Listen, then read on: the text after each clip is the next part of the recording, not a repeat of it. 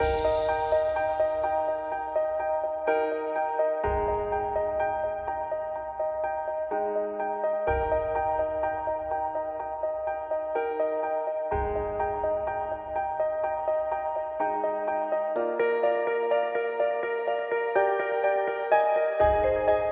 want to welcome everybody, including those of you who are online. You're part of our community. Consciousness is everywhere, right? So our consciousness is one of inclusiveness, and that means everybody on the planet.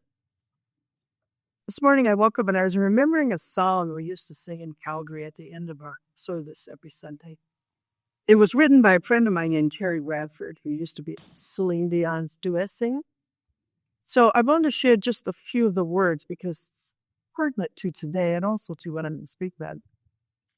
It starts off, we'd like to change a world that's getting out of hand. A change of this magnitude seems impossible to do. But together, we all make the change. Though near or far, together, we make the change. We vow to live in love together. We all make the change. It's a beautiful tune, and it's absolutely true that anything that happens in the world comes from human consciousness. So we do our part to make things better. Individually, one-on-one, in our communities, our families, our homes. Because, and this is what I'm going to talk about today, everything that has been in our experience, whether it's collective or individual, is only true up until now. The question is, what will it be from now on? So today I thought I'd have a little fun with you and do a little bit more of a workshop talk. I'm not going to make you stand up or say anything. Be all done within your mind. You willing to play a little bit? Good. Thank you for nodding. Say this out loud. Well, let me say it first, and then you see if you want to participate. I willingly release from my reality all ideas, persons, places, things, or memories that up until now have not served my highest good. That sound like something you might want to say out loud? All right. I willingly release from my reality all ideas, persons, places, things, or memories that up until now have not served my highest good. See, we start there, and that's how we get to from now on. Here's another one. This one is one of the most powerful affirmations I've ever come across. I'm willing to be seen and known for who I really am. Want to say that? I'm willing to be seen and known for who I really am. And I can guarantee you none of us ever has. Because there's so much more to us. No matter what high level we've been living on or how much we've been expressing, there's more. There's more authentic self to reveal to the world through our work, through everything we do. Okay, so here's your part. Pick in your mind, choose an area of your life that you want to see transformed. That maybe we call it a healing, or maybe we call it expansion, evolution, increase, or disappearance. Think of an area in your life. Now that could be health, wealth, relationships, creativity, peace, anything. Just give yourself a sense of that coming up for you. What's going on in your life up until now that you'd like to see changed? Now we begin the process of conscious change. Take your chosen subject and ask yourself, how has it been up until now? This is the part where there's no judgment. You know, human beings are really good at beating themselves up, and we want to be good to ourselves. We want to be loving to ourselves. And so there's no judgment here. Up until now, and this is things you can think about. If it doesn't apply, there will be something that does. Up until now, my health has been fill in the blank. People say, well, I get sick, I get well, I get sick, I get well, or I've had this chronic thing. And we attribute it to all kinds of things. Old age, whatever. Well, be honest. Up until now, my health has been. Up until now, my financial life has been, or my wealth has been. Struggle, win some, lose some, a belief in lack. Up until now, my wealth has been. Again, no judgment. Oh, here's one everyone can relate to. Up until now, my relationships have been. I could write a book on that. I don't know about you. Relationships are what life's all about. There's nothing but relationships. And it's our relationship first to spirit. That's the most important relationship, which covers all the other ones. But our relationship to ourselves, how we define ourselves. Our relationship to the environment, to nature, to each other. Up until now, my relationships have been. Let yourself play with that a little bit. No judgment. Up until now, my creative self-expression has been, most of us have hidden talents no one's ever seen. And it's like, oh, well, when I was young, I was going to do that, but And whenever someone comments to me that I'm artistic, then they'll say, what have you done lately? I'll say, yeah, moved the furniture. I haven't painted in years, and that's pretty good. I was pretty good artist. Got sidetracked at other things, but it's still in my heart to express myself artistically. Yes, you have something like that in your life? And that translates into work, usually. Not always. It doesn't have to. But it tends to. When we unlock that creative spirit, whatever job we're doing seems to get better. We seem to get promoted. We seem to get raises because we're putting something into it that's authentic and real and necessary and probably needed in the environment. All right? Up until now, my work life has been. I figured out one time, I think I've had 30 different jobs before I became a minister. So, and that's kind of typical in our world today. People move around, they change a lot of their jobs. But what has the experience been like? What did my working life feel like? Was it fun? Joyful? Hard? The old American thing, you gotta work hard. It's just not true. We should be taught work easy. Be relaxed at work. Express yourself. Share yourself. Have fun. Regardless of what the other people are doing. Have you ever noticed, and you're in a group of people, and I've noticed this in where I used to work. Before I was a minister, I worked at the San Diego Flower and Plant Auction. And all the florists would come every day and buy flowers. And so I know kinds of people. And I was the one who handled all the money, which was really fun for me. Because at that time, I didn't have any. And there's thousands of dollars come in. It was a great experience. But when I left to take my first church, because I was in ministerial training, I got a letter from one of the people who worked there. And she was a very strong, fundamental Christian. But she wrote me a letter to say, we really miss you because you always had something positive to say. And so you don't know how you affect people by being authentically who you are. I'm not saying anything about myself. I'm just that. I've always been an optimist, and it's just who I am. But we can cultivate those parts of ourselves that the world needs. Boy, do they need it now. They need us now. Okay, so be nice to yourself. It's just what it was up until now. The next question is, this is a more fun question. What would I like from now on? Do we realize, now we've been in this teaching a long time, but sometimes we forget the basics. You have a right to choose what you experience. You have a right to say what you want in your life. You have a right to say what is true for you. You have a right to use the tools of spiritual mind treatment to allow it to come through you, and it will. When I was young, I had this phrase I was always saying, life is magic, because things just kept coming out of the blue for me when I got into this teaching. And I realized it's not magic. It's science, and you work it.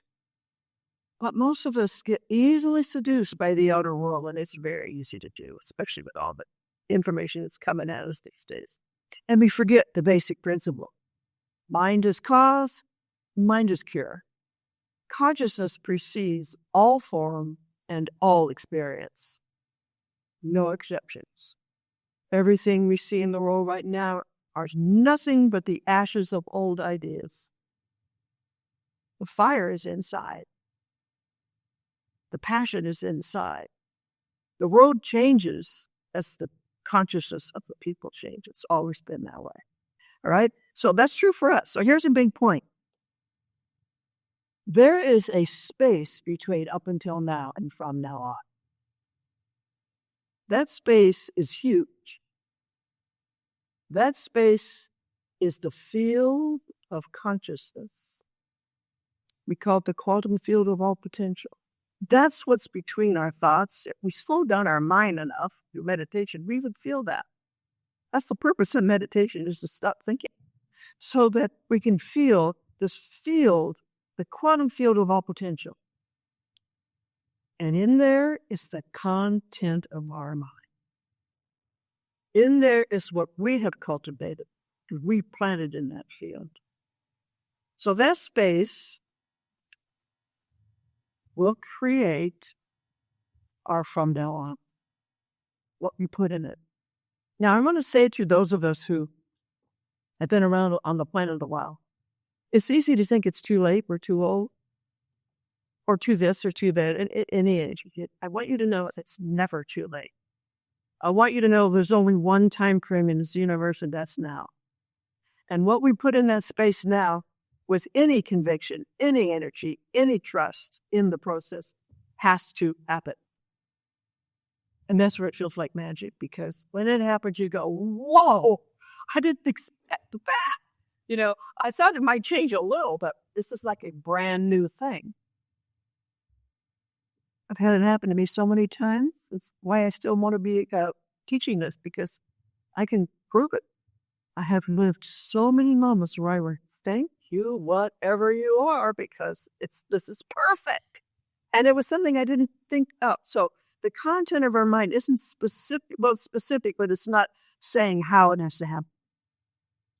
Let's say the content in your mind is, I am brand new. I feel like a young person. My health is great. I am flexible. I can move. I am strong. And I allow this wholeness matrix to reassert itself in my body right now. See, we're not saying how that has to happen. Larry Dossey, who was a great guy. He's an internist in Dallas. He's written many books. I might have mentioned him before. But he said there are so many spiritual healings happening that medical doctors had stopped trying to say they don't happen. And that he wrote this book based on his observations as a physician of how many times miracles happen. We call them miracles because the medical community can't explain them. Or people just suddenly get better. The tumor disappears. The disease is gone.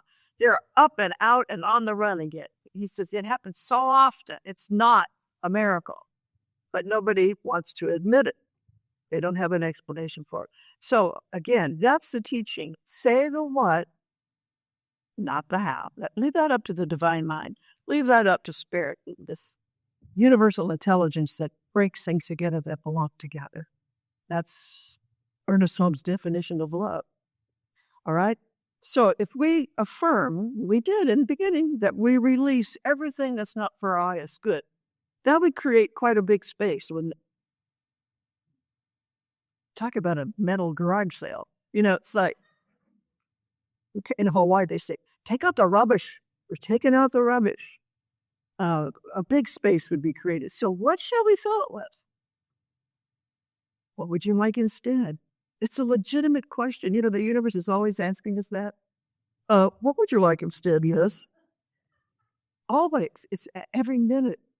Spirit is saying, I'm here to give you the content of your heart, the content of your mind. What would you like instead of how it's been up until now? We must say it out loud. We must talk to the universe because it's always listening.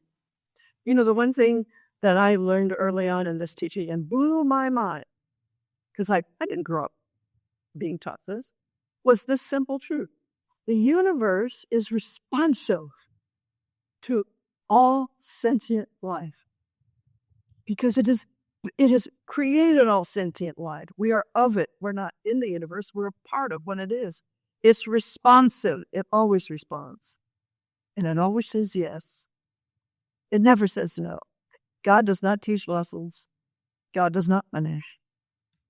We just experience the consequences of our consciousness, our choices, our decisions. It's not coming from the outside. It's all generated from within. So, once we acknowledge, without judgment, how it has really been up until now, we are in a very potent place in mind, a very powerful place in mind. In other words, we've just let it go and put ourselves in the present moment. We are in creative mode. We are in the co-creative mode with this response to the universe. All right, so the practice is to now drop into that space within your own mind and feel the openness, feel the clean slate. We never start from scratch. We start from source. We start from God, always. We don't start from scratching around in our past and trying to put the puzzles back together. No, we start from source as if nothing has happened up until now. Imagine what that would feel like. You can do that. You can generate that feeling in your mind, but you've got to be willing to sit still and go within. You've got to be willing to go there. When I first came into this teaching, meditation wasn't a big part of it. And I even heard one old-time minister say, I don't believe in meditation. And I said, well, what do you mean when you say go within? I think they meant go this far. And, it's superficial. But we're talking about dropping into it. You can do this. This is not hard. It's natural. Human beings are wired for this. We are wired to be one with spirit in silence. So give it a try. Give yourself a space to simply be and not do, like we did in the meditation this morning. So we allow our mind the fun, and it should be fun, of imagining what we want from now on. So remember, we're starting from source. We're starting from the wholes matrix. We're starting from infinite possibility. We're starting from now where there is no past. There is no future. There's just what we're doing now, and the universe responds to it with a big fat yes. All right? So, for example, if prosperity is our issue, we might feel, this is the fun part, you might feel the joy of writing big checks to support a cause that we love. Maybe it's feeding the children of the world. That's one of my favorites. But there's all kinds of things. Music, art. You want to support something. Maybe you're giving your family's money or your grandkid for their education or to start a business. Imagine yourself doing that. Prosperity is your issue. You need an expansion of financial freedom in your life. And maybe you imagine yourself taking a cruise to the South Pacific and learning the Tahitian hula. Never said yep. Or maybe a river cruise in Europe. Maybe we would pay off old debts and feel the freedom of that. So feel the freedom. When you're in that open space, it's all yours. Nobody else can get in there. Nobody else can say anything about what's going on here. That's your sacred space. And enjoy it, have fun with it. And go a little deeper and feel the givingness of this universe, how it has always supported us. It's our natural birthright. ErnestHolmes said, and I've said this before here, but it's one of my favorite things. He said, the universe is lavish and relentless in its givingness. In other words, the universe only does one thing. It pours itself into form experience. It evolves constantly. And how does it do it? Through the avenue of consciousness. And this is what drives the species of humanity forward. If it wasn't coming through each one of us individually, we would all have the same experience all the time. We do not. We have the experience of our own inner life and some shared experiences, but it's perception. You go to a movie with somebody and you come out and you say, God, that was the greatest movie. And they go, I thought it was terrible. And I said, well, the acting was so good. Oh, no. I mean, they saw a different thing that I did to sit next to you, right? And like all life is like that. We agree on some things, but for the most part, we have a very unique perception that's all our own. Maybe health was our issue. In that space between up until now and from Noah, we can allow ourselves to feel the joy of our own body, our own physicality. We can feel strength, the freedom of movement. We might see ourselves taking a tap dance class or skydiving or riding a bike or doing Tai Chi or doing a waltz with our loved one. Something that means something to us, that has the element of health within it. In other words, we are capable. One of my favorite sayings is, my body does what I ask it to do when I ask it to do it. So I'm not going to be stuck on the floor. I'm going to get up on my own steam. As old as I am, I can still open jars because I insist on it. I do. I say, I can do this. I don't give up. I have a friend that gives up so easily on his everything else. I do. You're giving up again. You got to insist on who you are. Because the world will tell you, you're an old lady. You can't do that. No. I may look old, but I'm not old. And I never will be. And neither will you. Right? It's not. Old is a state of mind. So is youth. So let's go within it. If health is our up until now, let's just go within and feel our own. You can remember when you were young, chronologically. Feel that energy, the joy of being alive. That's what promotes health too, a lot of it. It's the joy of being alive and trusting the infinite power that has created us in its own image and likeness, which means perfection, which means wholeness. And as Larry Dossett, the doctor I send you about, says, when there is a miracle healing, it isn't that something has been fixed. It's that spirit has restored the wholeness matrix right where we are. In other words, it's created us all over again from its wholeness. That's how these things happen. It can happen to anybody. Okay? So, vitality is our spiritual birthright. Vitality is the quality of spirit that translates into health. We're born whole, and even when we were sick, we were whole. That's why when you're sick, you can imagine being well. When you're completely broke, you can imagine being wealthy. Why? When your heart is broken, you can imagine having a new romance. Why? Because you aren't broken. You aren't bereft. You're just experiencing something that's personal to you. But you have never been damaged nor diminished by any world experience. Not who we really are. So a lot of this is really about self-identity.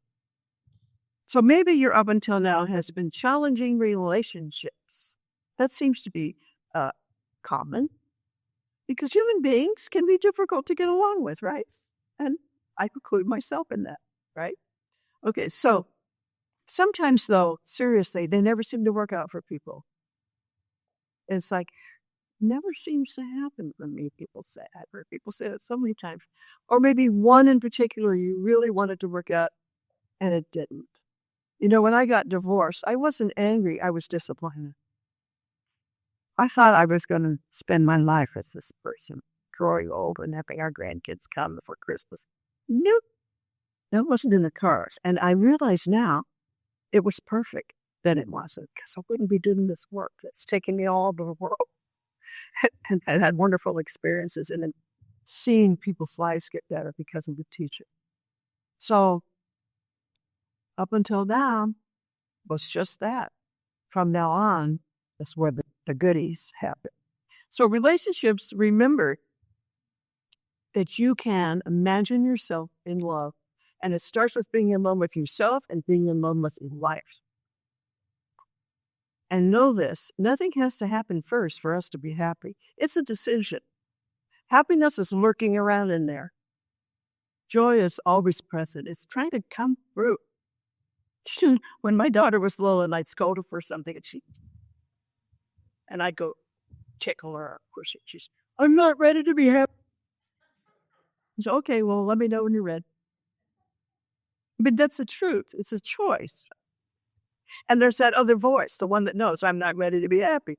I can make that choice. See, we have this wonderful faculty for higher awareness, even in the midst of challenge and limitation.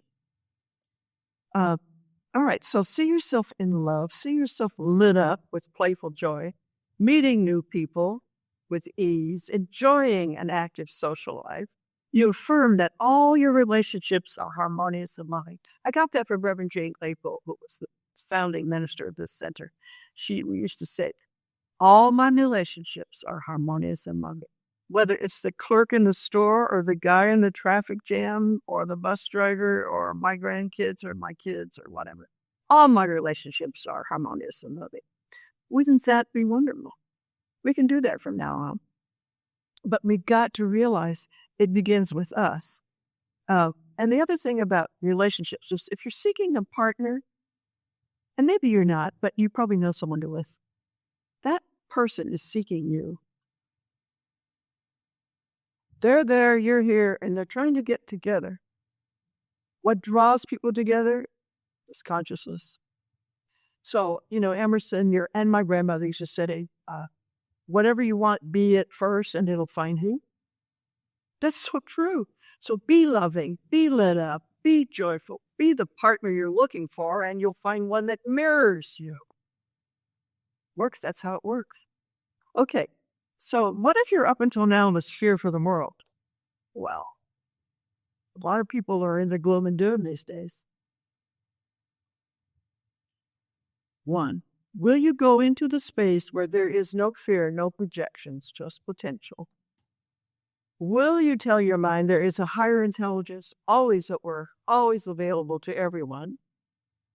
Will you allow your mind to feel the winds of change, which are swirling around us right now, and know they are divinely directed through humanity? Imagine feeling cheerfully expectant and peaceful, present. Peace is our spiritual birthright. What's going on in the world are nothing but old ideas that have become manifest. They cannot stay put if there are better ideas amongst us. No gloom and doom. No doomsday projections. All is well, all the time, spirit is on the job. This is a picture of old ideas that are no longer viable for the human race, and they aren't, are they? Racism, sexism, homophobia, they're not viable, right? Can't live like that. Change is happening. The winds of change are swirling. So maybe your up until now has to do with holding resentments against people who have hurt you. Drop into that space, sit in the silence, and say that wonderful affirmation again. I willingly release all persons, places, things, ideas, and memories that have not served my highest good. I let them go. And sit in that silence and feel the openness of it, the clean slate, the untarnished you. Feel the truth of your own intact soul, your wholeness. That's really the purpose of meditation, is that it puts us back then to the awareness of our intact soul. Bodies go away, the soul remains. It just keeps moving into new forms all the time. So we love our bodies and we're happy to have them while we're involved. We're here, they need to work, right? But the day will come when we're going to set them free. Until that time, though, we don't want them to break down. We want them to be whole and complete like our spirit is. So let's affirm that is true. Wholeness is our spiritual birthright. Up until now is merely an observation, a loving observation. And from now on, it's completely up to us. Hey, it's potluck Sunday today. There's food. So everybody stay in and have a little fun together. We've postponed the prosperity workshops because Kate and I wanted to do them together, and she's been laid up. So she'll be back soon, and we'll pick those up at a later date. Now, I'm going to be teaching an accredited Science of Mind class called The Art Science of Spiritual Mind Treatment, which I've mentioned many times. It's one of the greatest things I ever learned. So the information is on the table right by the front door. There's a registration form. Kate and I realized we need at least 6 people. to make this go. So if you're interested, let us know right away and sign up for it because it's supposed to start on October 13th. Jessica has very generously allowed us to use the recreation hall for mobile home park. So that's a real gift. And we want this to happen. So let us know. Next week, Reverend Dr. Maddie Dobbs will be speaking here. Y'all love Maddie. I will be in Toronto visiting my son. Haven't seen him for a year and a half. That's too long. Can't do it. I cannot do it. So today and every Sunday, you can request spiritual mind treatment by placing your written requests. All that is on that table above the door. There's little forms to fill out. It's confidential. Nobody else will know about it. And you can speak to me after our closing psalm if you want a little more privacy. So I'd like to recognize all the volunteers today. You know, when Reverend Kate isn't here and Daryl and Johnny are out of town, we've got wonderful volunteers. Jessica, who was with me this morning, she was putting everything together for us. Thank you, Jessica. And Ruth Ann Queens, or somebody's gorgeous. And Jim, of course, is operating the camera from the online. And Udi, I always want to call you Udi. It's Odie. She's going to be doing our candle lighting today. In fact, why don't you just come on up? Day it is today. It would be her. And she's dressed appropriately, like a candle, like a cake. Okay, candle lighting. I'm going to follow Kate's script today to make her happy. We begin by lighting a candle from life. Life is everywhere present, flowing through each and every one of us. There's only one life. That life is God's life. That life is our life. Please affirm out loud, I am love.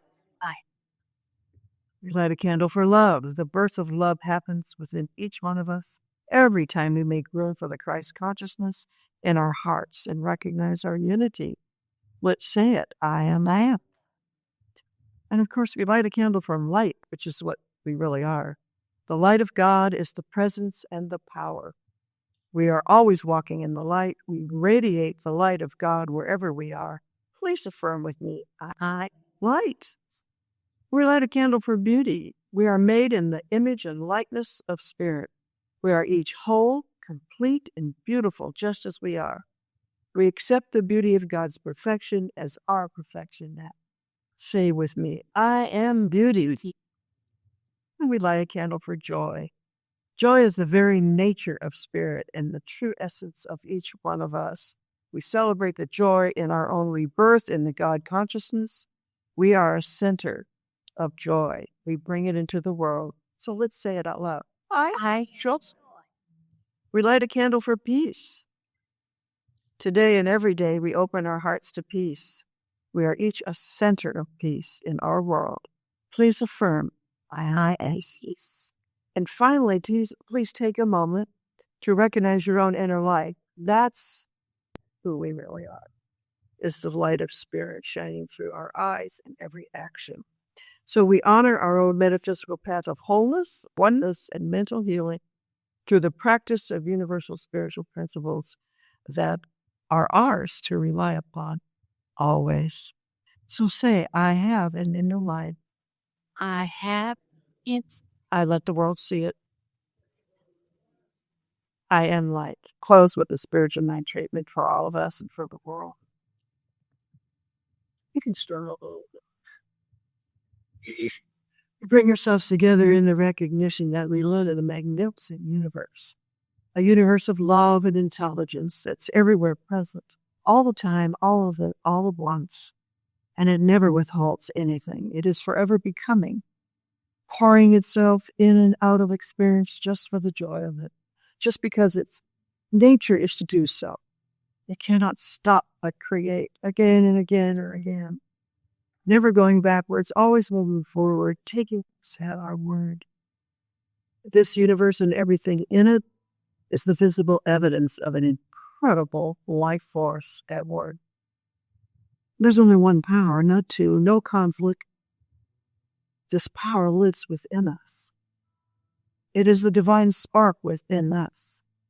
It is our intuition. It is our knowing. It is how we radiate the light that we are, that we know Spirit. And so I know for each and every person here today, and all of you online and the whole world, that we are awake and alert to our pureness, our wholeness, our infinite potential.